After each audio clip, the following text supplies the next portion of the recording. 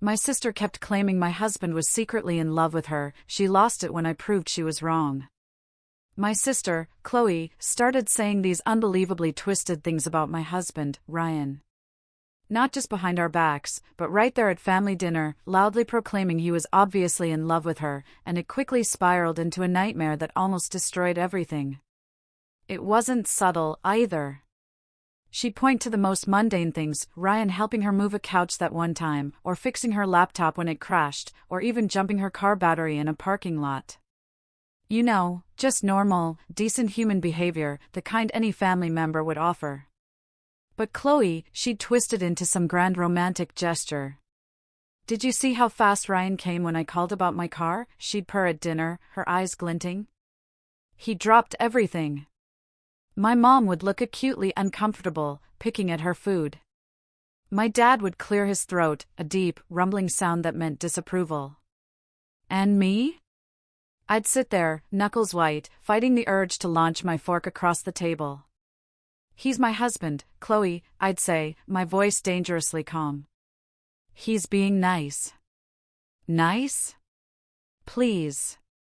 She'd scoff, her smile a little too smug. "Men don't do that much for women they're not interested in."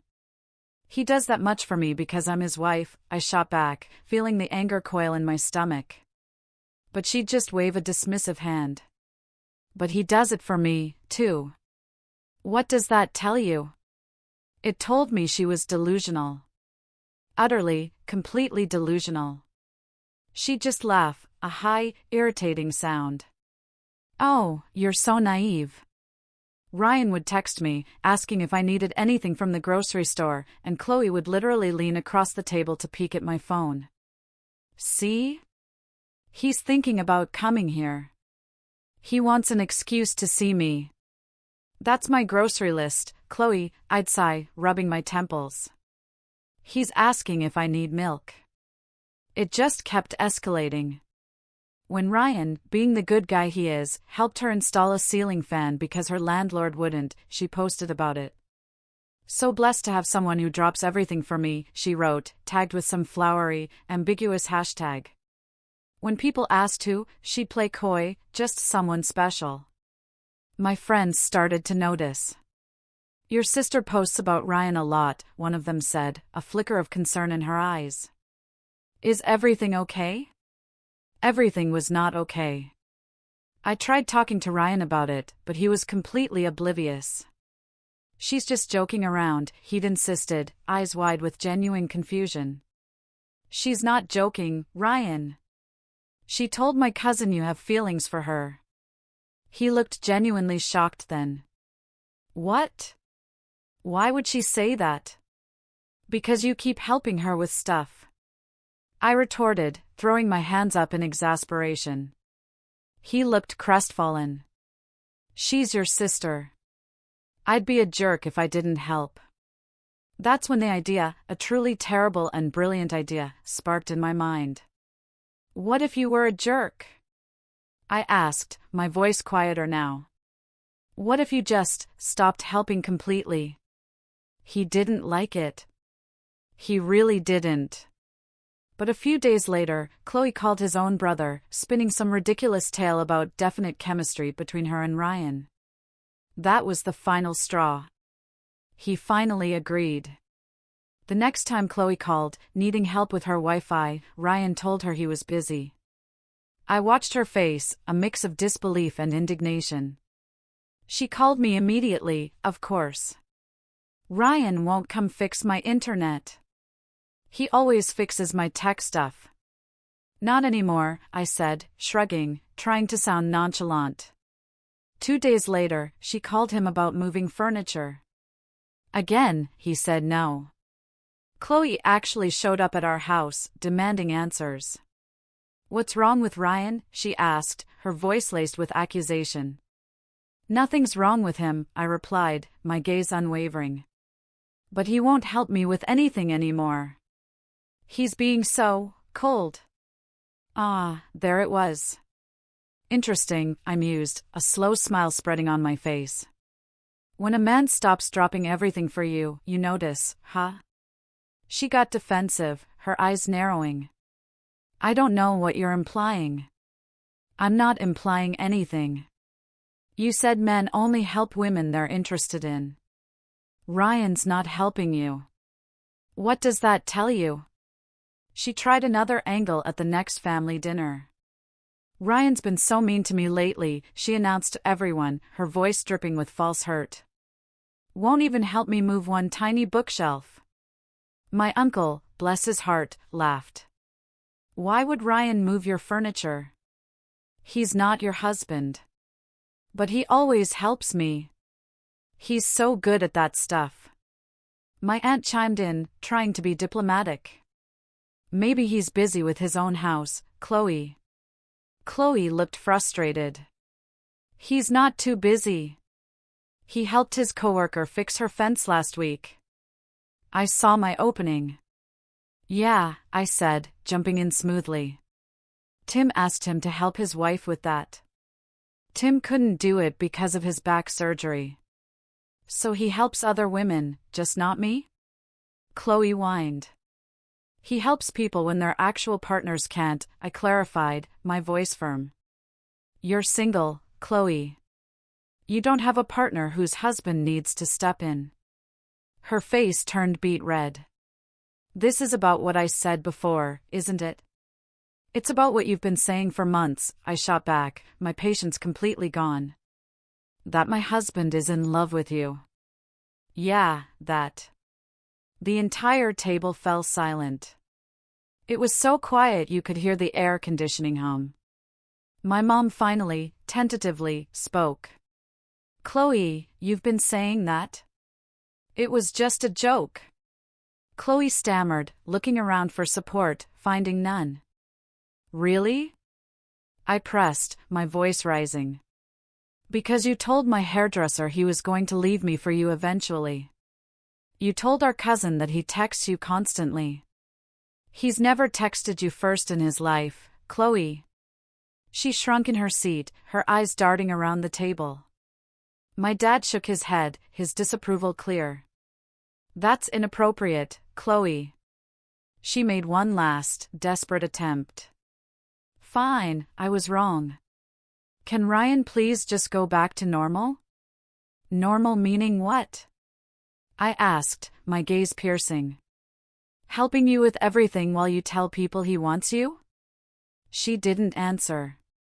By the way, if you're still with me and wondering how much more twisted this story gets, hit that subscribe button. More unbelievable tales are coming, I promise. I honestly thought that was the end of it.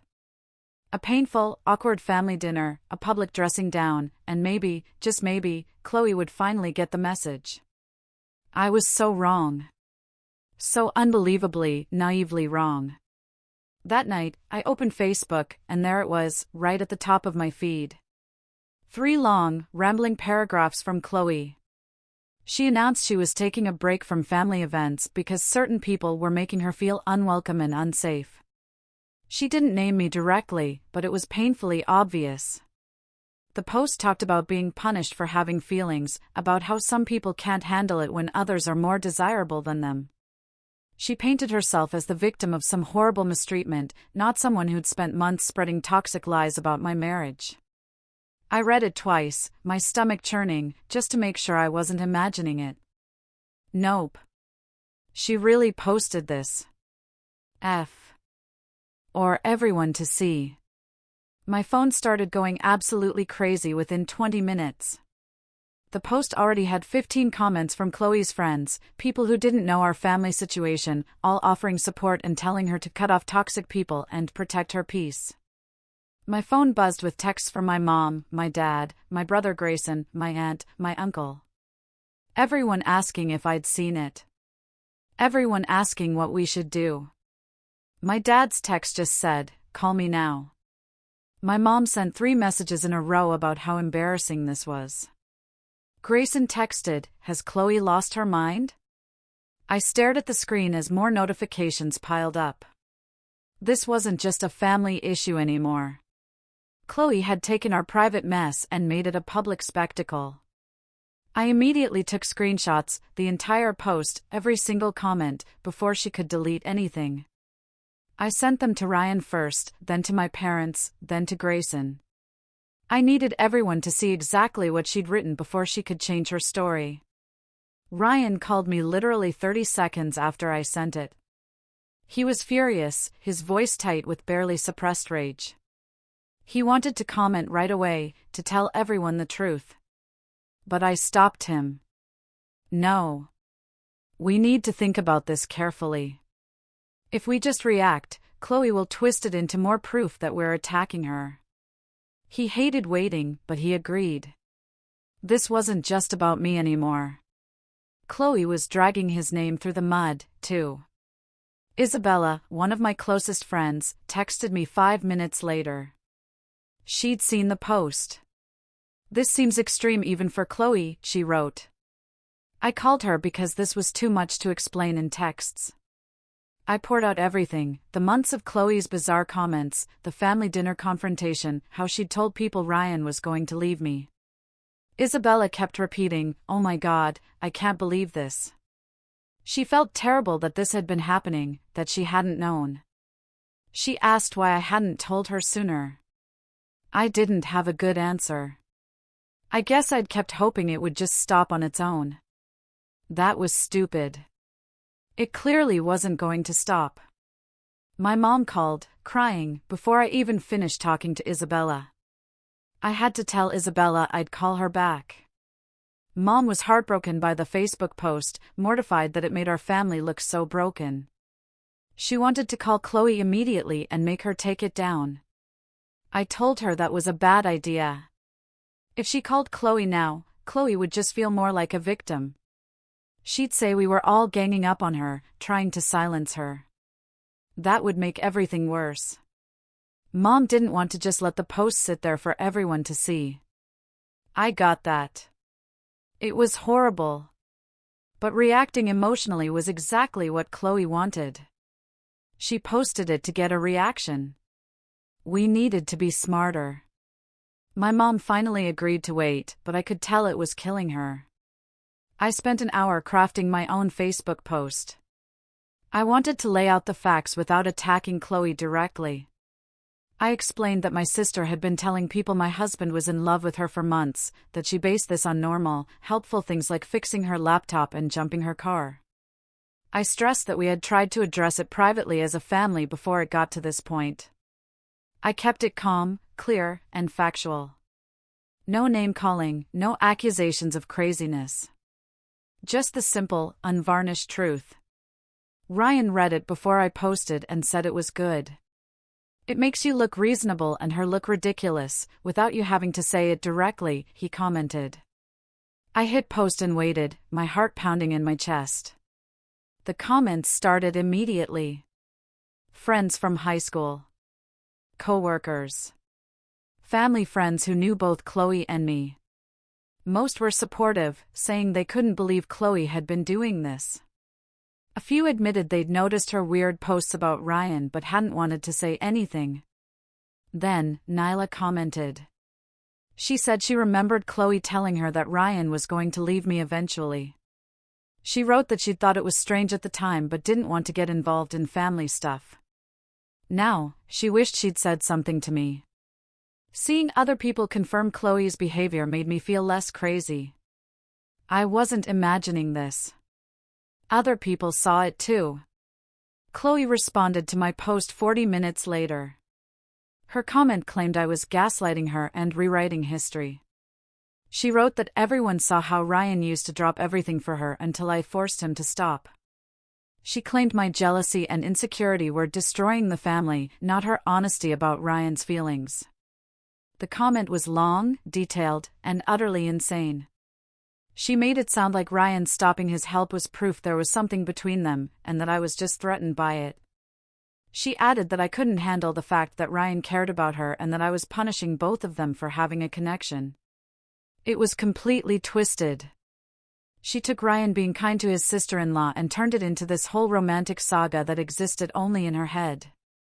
Then Ryan commented on both posts. His comment was short, precise, and devastatingly clear. He wrote that he had never had romantic feelings for Chloe, that he only helped her as family, the same way he'd helped any relative.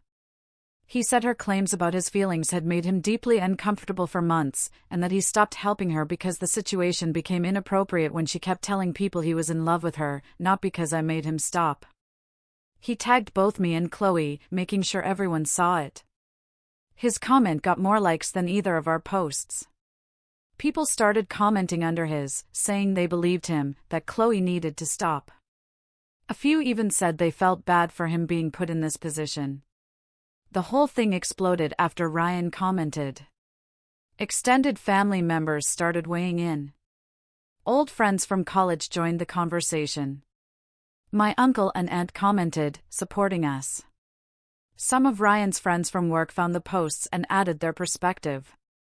Most people were on our side, but a few distant relatives said we should handle family business privately. They wrote that airing this stuff on Facebook was shameful and made everyone look bad. One of my dad's cousins said we were all acting like children and needed to take this offline. I understood their point, but Chloe was the one who made it public first. We were just defending ourselves. Still, I started to regret posting anything. This was getting out of control, involving way more people than I wanted. Chloe posted again the next morning. This time, it was longer and even more detailed. She wrote about how men don't always understand their own feelings and how society teaches them to suppress emotional truth. She claimed Ryan's discomfort around her lately was actually proof that he was conflicted about his attraction to her. She alleged I had manipulated him into denying the obvious chemistry between them, and that time would prove her right. She added that authentic connections can't be hidden forever, no matter how hard people try to bury them. The post had this fake, deep tone, like she was some relationship expert instead of my delusional sister.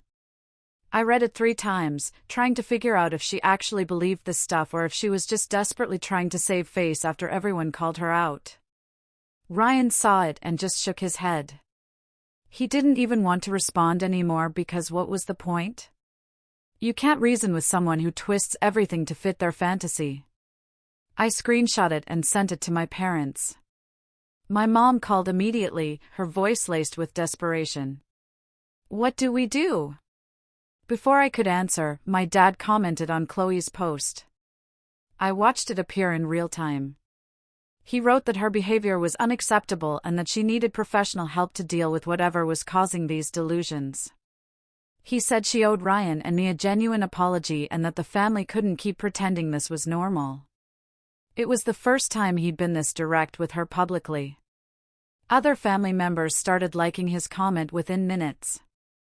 My aunt added her own comment, agreeing with him. A few of my dad's friends commented, too, saying they were sorry we were dealing with this.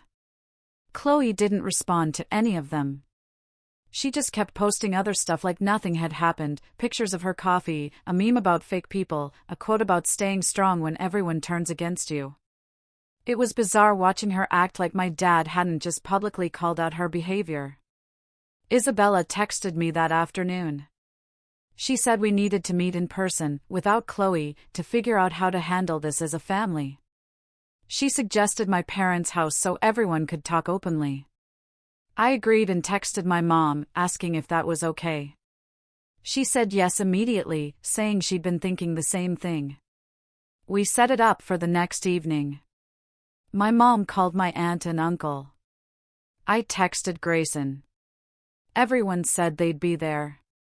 Ryan asked if I wanted him to come, but I told him he didn't have to sit through a whole meeting about my sister's obsession with him. He just said he'd come anyway, for support. The next evening, we all gathered at my parents' house. My mom had made coffee and put out cookies, like this was some normal family get-together instead of an intervention planning session. We sat around the living room, a tense silence hanging heavy in the air. Nobody knew how to start. Finally, my dad cleared his throat. We need to talk about what Chloe has been doing and saying. He asked if anyone else had heard her make inappropriate comments about Ryan. My uncle spoke up first. He said Chloe had asked him a few weeks ago if he thought Ryan seemed happier when she was around, versus when it was just me. He'd thought it was a weird question, but hadn't thought much of it at the time. Now he realized she was testing the waters, trying to see if anyone else saw what she claimed to see. My aunt said Chloe had asked her something even worse. She wanted to know how long she should wait before telling Ryan how she felt, since he was clearly unhappy in his marriage. My aunt had shut that down immediately and told Chloe she was way out of line. But Chloe had just laughed it off, as if my aunt didn't understand. Grayson shared that Chloe had sent him a long text message about signs that someone is attracted to you, even if they won't admit it. The whole message was clearly about Ryan. She'd listed things like making excuses to be around someone and doing favors without being asked. Grayson said he'd ignored the text because he didn't know what to say. Hearing everyone's stories made me realize how much worse this was than I'd thought. Chloe hadn't just been saying this stuff to me. She'd been working on multiple family members, probably trying to build support for her delusion, or at least plant seeds of doubt about my marriage. It was calculated in a way that made my skin crawl. My mom was crying quietly, tears streaming down her face. She kept saying she didn't understand how Chloe got like this. My dad put his arm around her and said we needed to decide on clear boundaries and consequences. We talked for over an hour about what to do. Some people thought we should just ignore Chloe until she got bored and moved on. Others thought we needed to force her into therapy somehow. I argued that we couldn't force her to do anything, but we could control whether she was welcome at family events. Ryan agreed, stating firmly that Chloe needed to understand there were real consequences for her behavior. We finally decided as a family that Chloe wouldn't be invited to any family events until she got therapy and gave us a genuine apology, not just to me and Ryan, but to everyone she'd involved in this messy delusion. My mom struggled deeply with this decision. She kept saying Chloe was still her daughter and she didn't want to abandon her. My dad reminded her that setting boundaries wasn't abandonment. It was, in fact, the most loving thing we could do because it might just push Chloe to get the help she desperately needed. My aunt said she'd support whatever we decided. My uncle thought it was fair. Grayson said it was past time for consequences. My dad volunteered to call Chloe and deliver the family's decision. He said he felt responsible for not shutting this down sooner, when the comments first started. He should have been firmer with her months ago, instead of just looking uncomfortable at dinner. My mom tried to argue that she should be the one to call, but my dad insisted. He wanted Chloe to hear it from him so she'd know this was serious. We all stayed while he made the call. He put his phone on speaker so we could hear. Chloe answered on the third ring, sounding annoyingly cheerful. My dad didn't waste time with small talk. He told her we'd had a family meeting and that everyone agreed her behavior toward Ryan was inappropriate and harmful. He said she wasn't welcome at family gatherings until she got professional help and apologized sincerely. Chloe's voice changed immediately. She started yelling, absolutely screaming, that the family was choosing me over her. She said we were all going to feel terrible when Ryan eventually admitted the truth about his feelings. She called my dad a bad father for taking my side. Mom must be so proud of herself for raising one golden child and one scapegoat, she shrieked. My dad tried to interrupt, but she just kept screaming. She said none of us understood real love or authentic connection. She said Ryan was going to realize what he was missing and come to her eventually. Then she hung up on him, mid-sentence. My mom burst into tears. She said she never expected it to get this bad. She thought Chloe was just going through something and would snap out of it. But hearing her scream like that, so unhinged, made my mom realize how deep the delusion went. Ryan squeezed my hand, his face pale with shock. My aunt looked utterly stunned. Grayson just shook his head. We all sat there for a minute, not knowing what to say.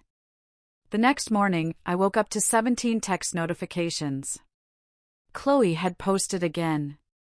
This time, it was a long message about toxic family dynamics and how she was being scapegoated for telling uncomfortable truths. She didn't name anyone specifically, but it was obvious who she meant. She wrote about families that can't handle honesty and how they gang up on the person brave enough to speak reality. She claimed she was the victim of family abuse and that she was going no contact for her own mental health. She made it sound like we'd attacked her out of nowhere instead of responding to months of her inappropriate behavior. The post already had 20 comments from her friends, people who didn't know our family at all. They were all supportive messages about cutting off toxic relatives and choosing yourself. People wrote about how proud they were of her for setting boundaries. Someone even said, "Families that can't accept truth don't deserve access to you." Another person said she was brave for walking away from abuse. I wanted to comment so badly, to set the record straight, to reply to every single person and tell them what Chloe had actually been doing. But I knew that was exactly what she wanted. She wanted me to engage so she could play the victim even more. She wanted a public fight she could screenshot and parade around as proof of my toxicity. So I did nothing. I just watched the comments pile up while my blood boiled. Isabella called me about an hour later, after seeing everything unfold online. She told me I needed to document all of this properly. Not just screenshots, but a real timeline with dates and witnesses for everything Chloe had said and done. I asked why, and she said because this was escalating fast, and if it got worse, I'd need proof of the pattern. So I spent the next 3 hours at my kitchen table, meticulously writing it all out. Every comment Chloe made at family dinners, with the date and who was there. Every social media post, with screenshots and timestamps. Every person she told about Ryan's supposed feelings, with their names written down. The ceiling fan incident in March. The laptop repair in January. The car battery jump in the parking lot last November. By the time I finished, my hand hurt from writing and I had 6 pages of single-space documentation. But Isabella was right. Having it all laid out like that made me feel less crazy and more in control. I could see the pattern clearly now, how it started small and grew bigger over 8 months. Ryan's brother called him the next morning, asking what the hell was going on. He'd seen all the Facebook posts, and then Chloe had messaged him privately, saying Ryan had been really mean to her lately for no reason. Ryan put the call on speaker so I could hear. His brother sounded confused and concerned, asking if there was trouble in our marriage or something. Ryan explained the whole situation from the beginning, how Chloe had been making comments for months about him being in love with her, how he tried to handle it privately, how it exploded at the family dinner. His brother went quiet for a long time. Then he said he had no idea any of this had been happening. He thought Chloe was just being dramatic about Ryan not helping her move furniture. He didn't know about all the other stuff, all the claims she'd been making to different people. He apologized for not taking it seriously when Chloe first mentioned chemistry between them. He said he thought she was joking around. That afternoon, I got messages from 2 of my friends. They both sent me screenshots of private messages Chloe had sent them over the past week. The messages made my stomach hurt. Chloe told one friend that I'd always been jealous of her since we were kids and that I couldn't handle her being prettier and more fun. She told the other friend that my marriage was falling apart and I was blaming her instead of facing the truth about Ryan's unhappiness. She said I'd been controlling and manipulative our whole lives and that the family finally saw through me. She made herself sound like the victim of my lifelong abuse. Both friends said they were forwarding the messages because they seemed really off, and they wanted to know what was actually true. They said they'd known me long enough to think something didn't add up, but they wanted to hear my side. I sent both friends the timeline document I'd written, along with screenshots of Chloe's most wild claims, the ones where she said Ryan was going to leave me for her, the ones where she talked about their special connection, the ones where she made normal, helpful actions sound like romantic gestures. My friends responded fast. One called me right away, saying she was horrified and so sorry for even questioning what was happening. She said she had no idea Chloe had gotten this deep into whatever fantasy she was living in. The other friend texted that she felt sick reading through everything and that Chloe clearly needed professional help. They both apologized for not reaching out sooner when they'd noticed Chloe's weird posts about Ryan over the past months. They said they'd thought it was just sister rivalry stuff, not a full breakdown. A week went by after the family meeting where we decided on boundaries. My mom called me, crying, one afternoon. She said Chloe hadn't answered any of her calls or texts since my dad delivered the family's decision. She tried every day, sometimes twice a day, leaving voicemails saying she loved Chloe and wanted to talk. Nothing. My mom was worried, but also frustrated, because Chloe was the one who created this whole mess, and now she wouldn't even engage with attempts to fix it. She kept saying she didn't know what to do. Should she drive to Chloe's apartment? Should she keep calling? Should she give Chloe space? I told her I didn't know either, but that Chloe was an adult making her own choices about how to handle consequences. Ryan and I went out to dinner that Saturday, trying to decompress from everything. We picked this Italian place across town where we figured we wouldn't run into anyone we knew. Wrong. We were halfway through our pasta when a woman approached our table looking nervous. She said she recognized us from Facebook and that she worked with Chloe. My stomach dropped. She said she didn't want to intrude, but she'd seen all the posts, and she wanted us to know that Chloe had been talking at work about her family turning on her. Several of her coworkers thought the situation sounded really concerning based on how Chloe described it. The woman seemed uncomfortable, like she wasn't sure if she should be telling us this. Ryan thanked her, and she started to walk away, but then came back. She said she needed to tell me something else privately. Ryan said it was okay, she could say whatever in front of him. The woman sat down at our table for a minute. She said she was genuinely worried about Chloe's mental state. Chloe had been obsessing over this family situation at work, bringing it up constantly, getting upset at her desk, and her job performance was really suffering. Her boss had talked to her twice already about staying focused. The woman asked if Chloe had always been like this, or if something had triggered this behavior recently. She said it seemed like more than just family drama. It seemed like something had broken in Chloe's thinking. I sat there trying to figure out how to answer that. The truth was, I didn't actually know if something had triggered all of this, or if it had been building slowly over time. I thought back through the past year, trying to remember when the comments about Ryan first started. Then it hit me. Chloe went through a really bad breakup about 8 months ago. Her boyfriend ended things out of nowhere and she was devastated for weeks. Right after that was when she started making the first comments about Ryan, the small ones about him being so helpful and nice. I told the coworker about the breakup timeline, and she nodded like that made perfect sense to her. After dinner, I called my mom and mentioned the breakup connection. She confirmed that Chloe had been really messed up when her ex ended things. She cried for days and kept saying she didn't understand what went wrong.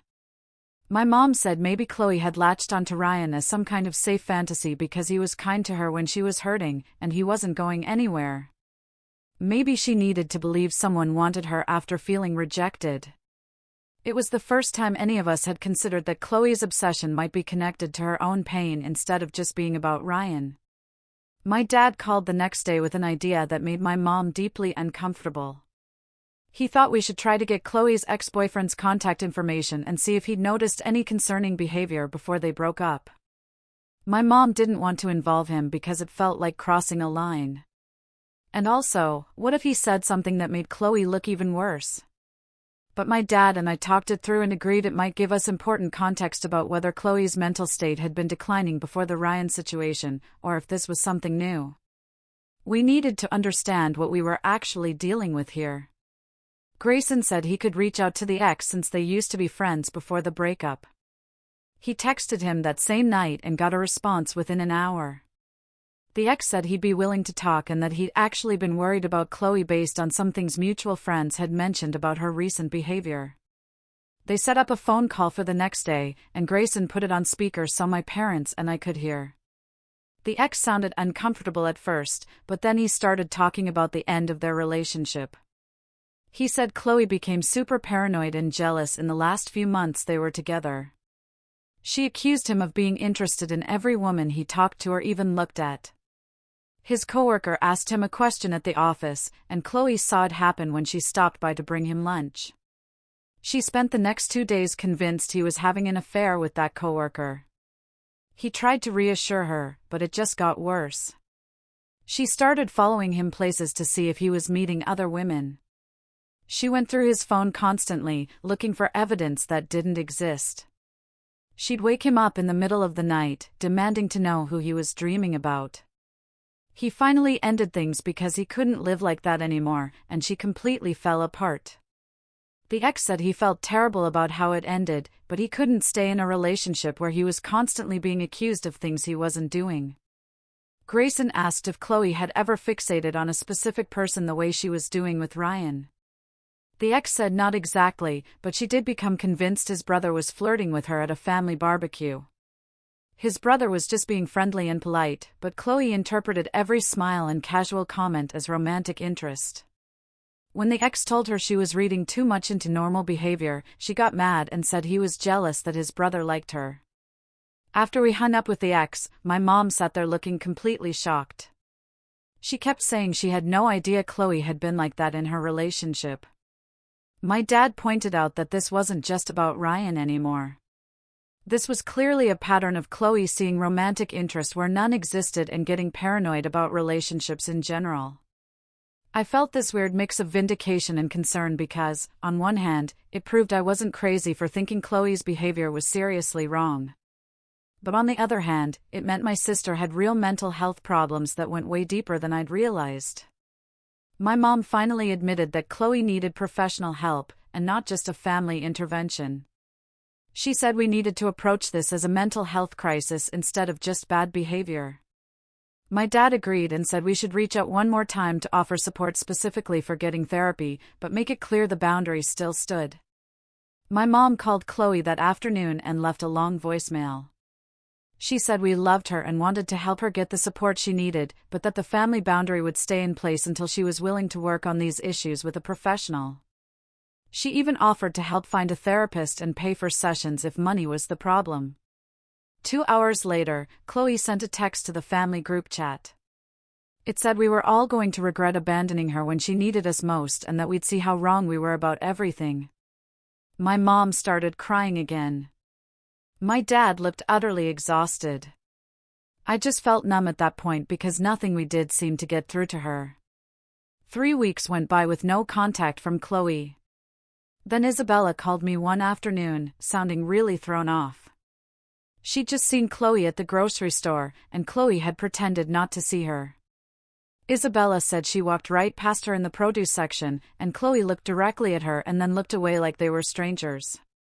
Isabella said hello anyway, because that's just weird to ignore someone you know, and Chloe walked away without responding.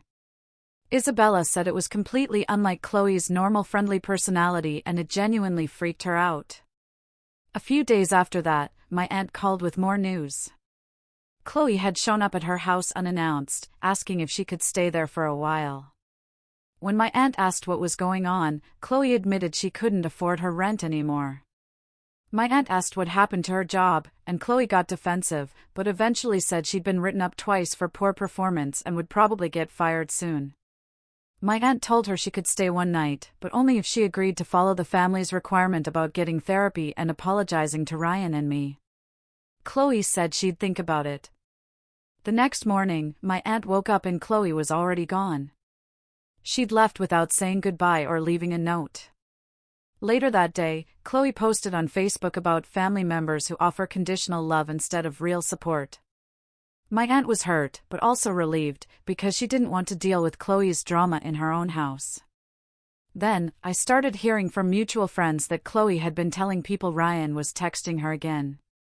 She apparently said he'd been apologizing for how he treated her and that they were working things out. I felt my stomach drop when I heard that because it was such an obvious lie.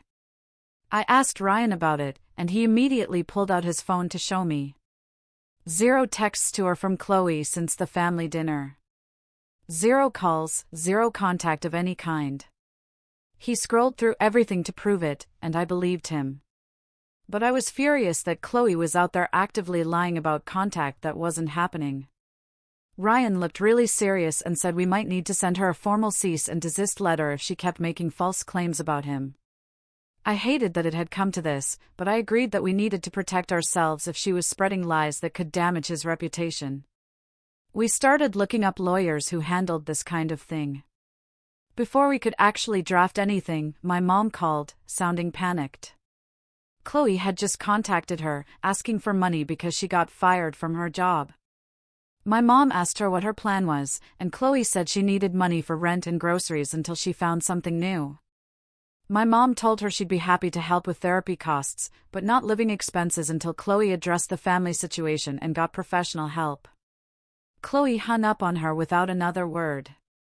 My dad called me that evening and said he was going to Chloe's apartment the next morning to check on her. No matter how mad we all were, someone needed to make sure she was okay. I told him to be careful and to call me if anything seemed really wrong. He showed up at her place around 10 a.m. and texted me immediately. Her apartment was a complete disaster. Dishes piled in the sink, trash overflowing, clothes everywhere. Chloe answered the door in pajamas that looked like she'd been wearing them for days, and her hair was greasy and unwashed. My dad said she looked terrible and clearly hadn't been eating much based on how her clothes hung on her. He asked if he could come in, and she just stepped aside without saying anything.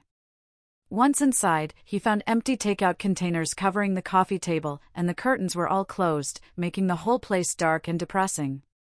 He sat down and asked her directly what was going on and if she was taking care of herself. Chloe started crying immediately. Not the defensive, angry crying from before, but this broken, exhausted crying that scared him.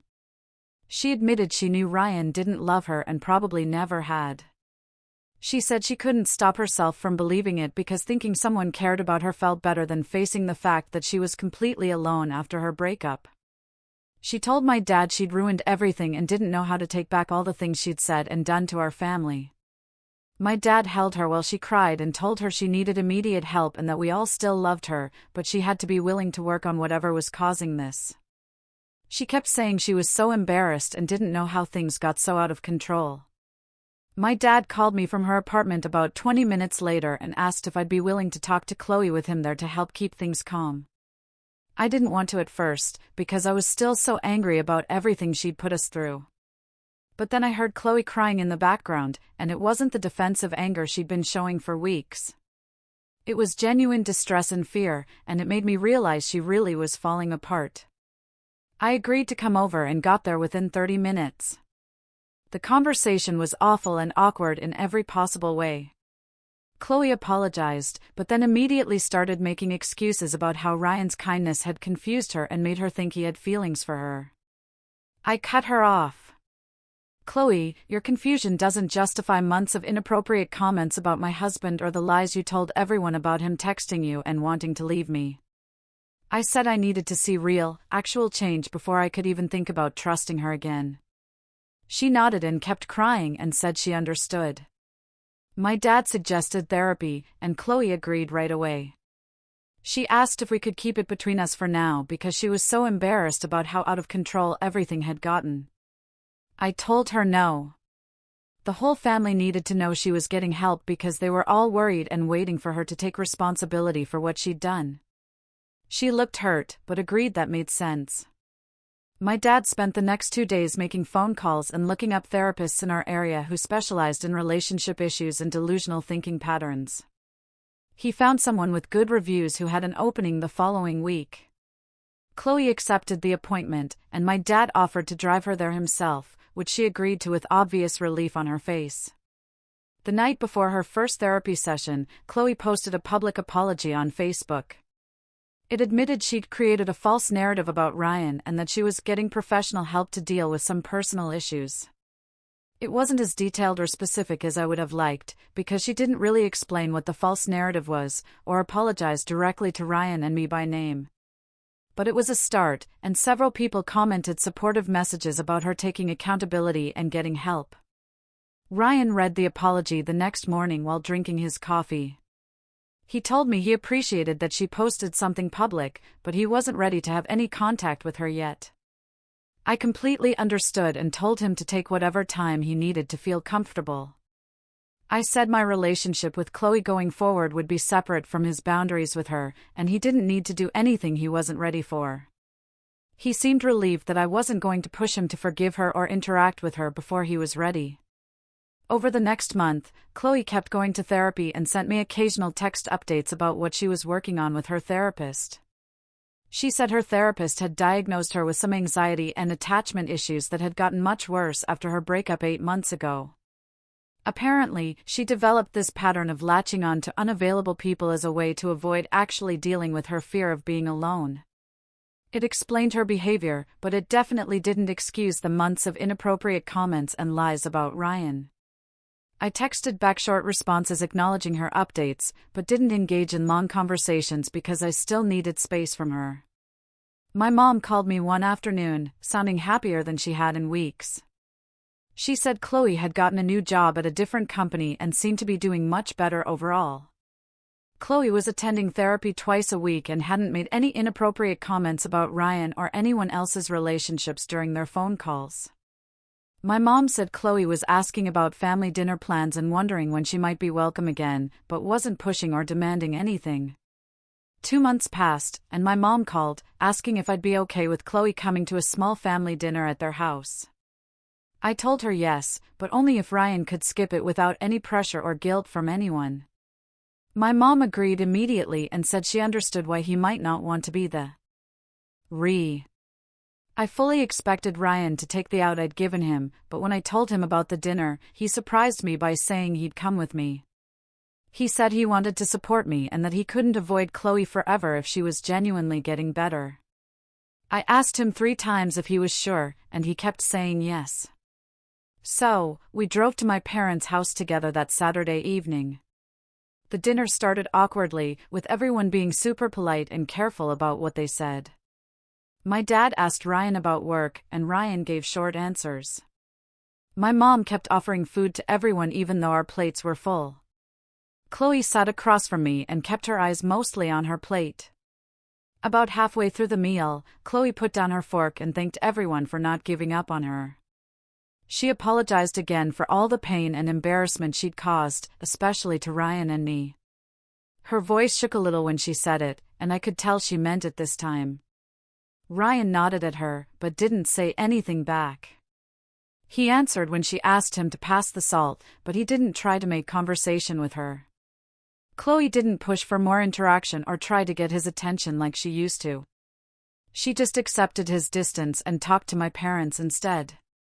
It was the first time I'd seen her actually respect someone's boundaries instead of demanding attention.